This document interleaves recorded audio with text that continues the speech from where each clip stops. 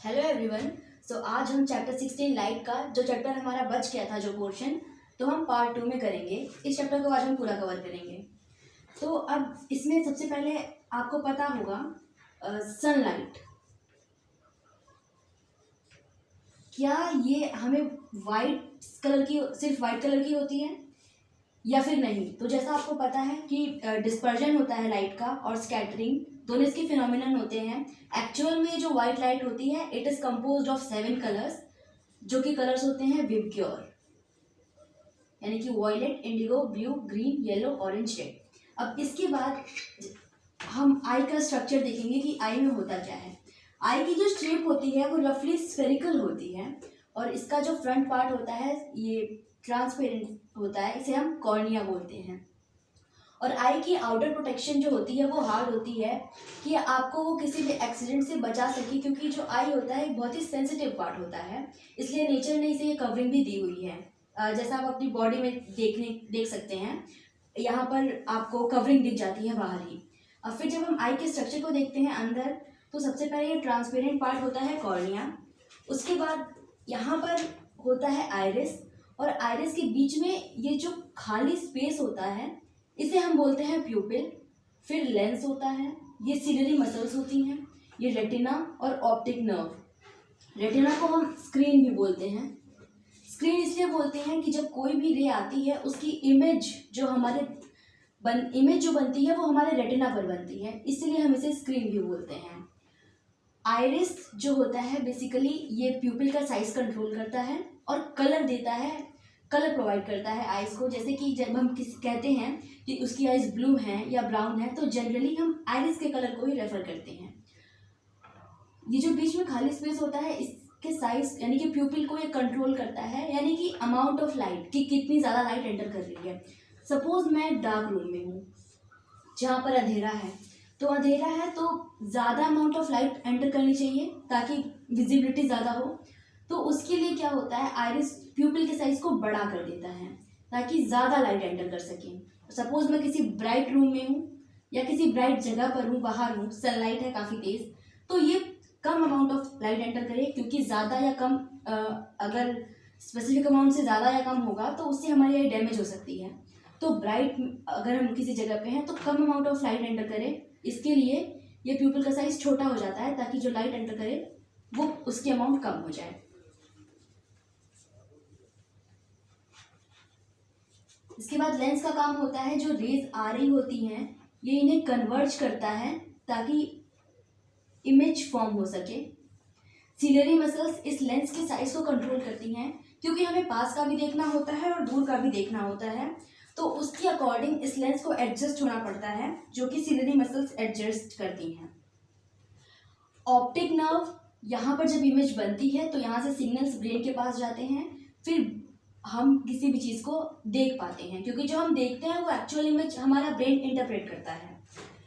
उसके बाद यहाँ पर जंक्शन पर ऑप्टिक नर्व के और रेटिना के एक ब्लाइंड स्पॉट होता है, यानी कि वहाँ पर इमेज नहीं बनती। ये कैसे आप आइडेंटिफाई कर सकते हैं, इसके लिए आपको एक एक्टिविटी दी हुई है, जिसके लिए आपको एक स्ट्रिप लेनी है कागज़ की, लगभग 7 to 8 सेंटीमीटर का डिस्टेंस हो। आप एक साइड एक क्रॉस बना दीजिए और एक साइड एक सर्कल बना दीजिए।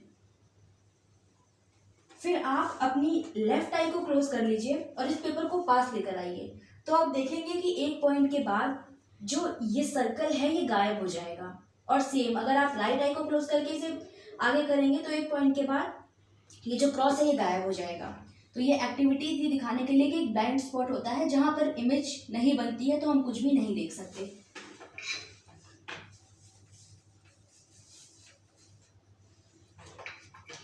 इसके अलावा जो ऑप्टिक नर्व्स होती हैं ये 2 तरह की होती हैं, मतलब 2 तरह की जो आपकी बुक में दी हैं, कोन्स एंड रॉड्स।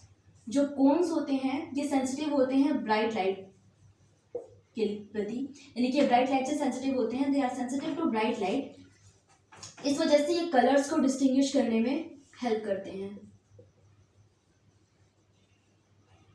और जो रॉड्स होते हैं ये डिम लाइट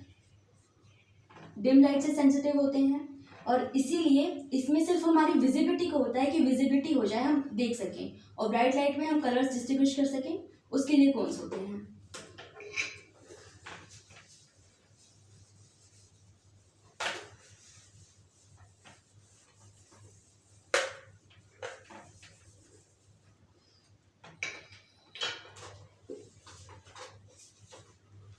अब इसके बाद आप कोई भी वीडियो देखते हैं, जैसे कि ये वीडियो देख रहे हैं, या फिर एक एक्टिविटी के लिए आप 2 कार्ड्स लीजिए,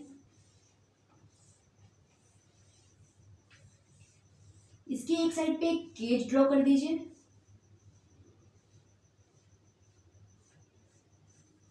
और एक साइड पे कोई भी बर्ड।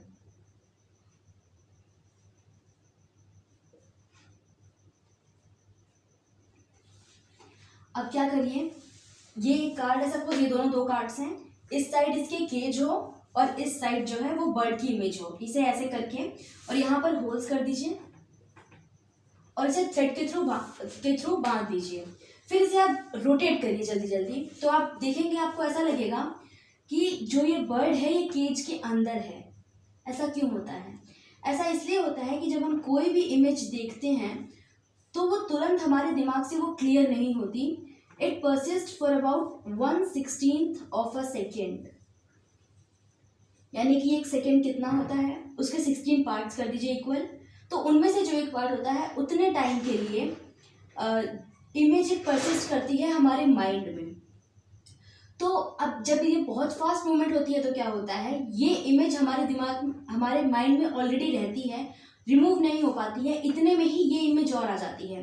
तो हमें दोनों वीडियो साथ में दिखने लगते, आई मीन दोनों इमेजेस हमें साथ में दिखने लगती हैं, इसलिए हम ऐसा परसीव करते हैं, हमें ऐसा लगता है कि जो बर्ड है वो इसके केज के अंदर है। और स्पीड, जैसे मैंने आपको बताया कि स्पीड कितनी होनी चाहिए, तो अगर ये स्पीड 24 पिक्चर पर सेकेंड से ज़्यादा होगी तो आप ऐसे ही परसीव करेंगे कि वो दोनों एक साथ हैं।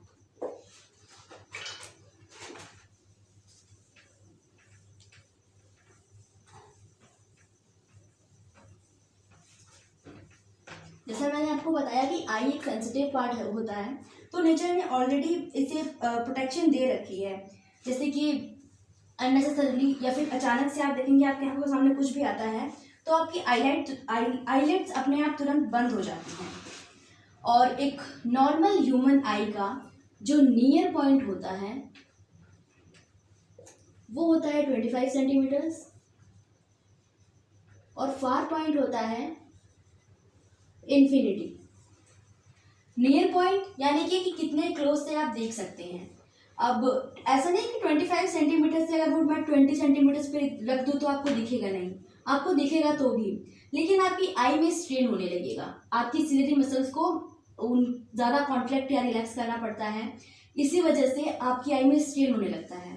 तो जो नॉर्मल ह्यूमन आई का नियर पॉइंट होता है वो 25 सेंटीमीटर होता है और फार पॉइंट यानी कि हम कितने दूर देख सकते हैं वो इन्फिनिटी होता है।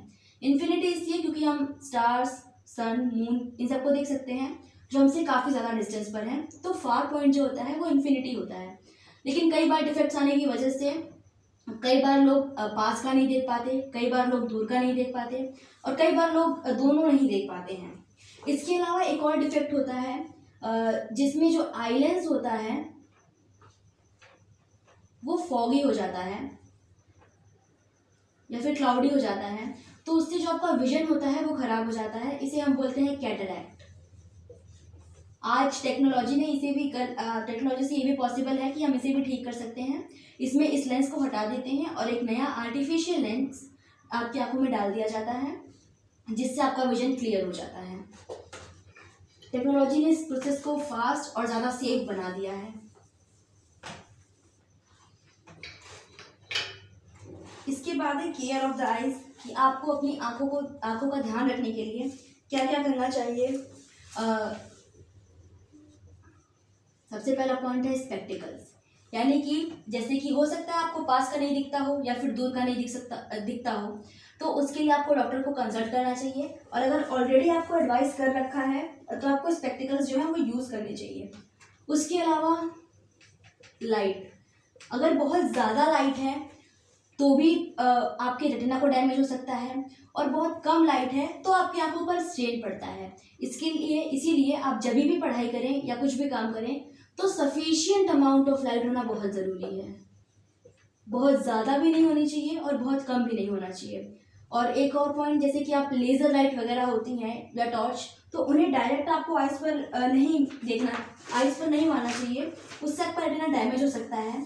और आपको सन, जैसे कि कई बार हमें सूर्य ग्रहण देखना होता है, तो या फिर सन पे डायरेक्ट भी आपको कभी भी डायरेक्टली नहीं देखना चाहिए। आप सन ग्लासेस पहनकर या फिर किसी प्लेट में पानी डालकर उसका रिफ्लेक्शन जो है वो देख सकते हैं, लेकिन डायरेक्टली नहीं देखना चाहिए।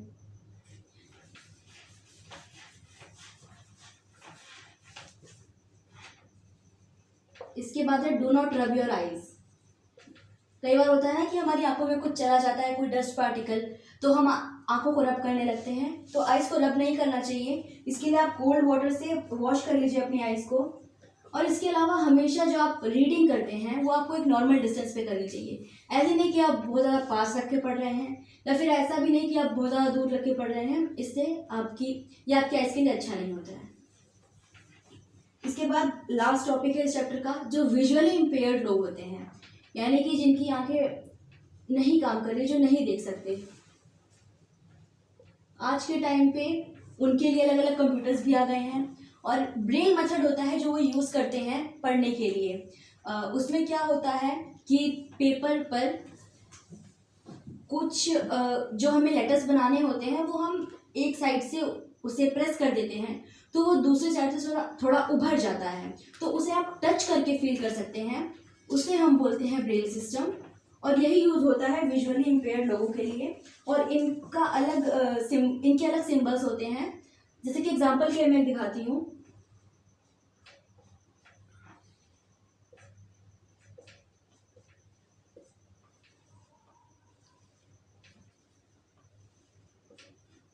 CAT, तो ये क्या हो गया, कैट। ये C है, ये A है, ये T है। तो हम इसे देख सकते हैं, वो लोग इसे टच करके फील करते हैं कि ये C है, ये A है और ये T है, ये कैट। तो इसी के साथ हमारा चैप्टर खत्म होता है। लास्ट में हेलन केलर की एक स्टोरी दी है जो आप पढ़ सकते हैं। तब तक के लिए keep learning, bye bye, we will meet again in the next video.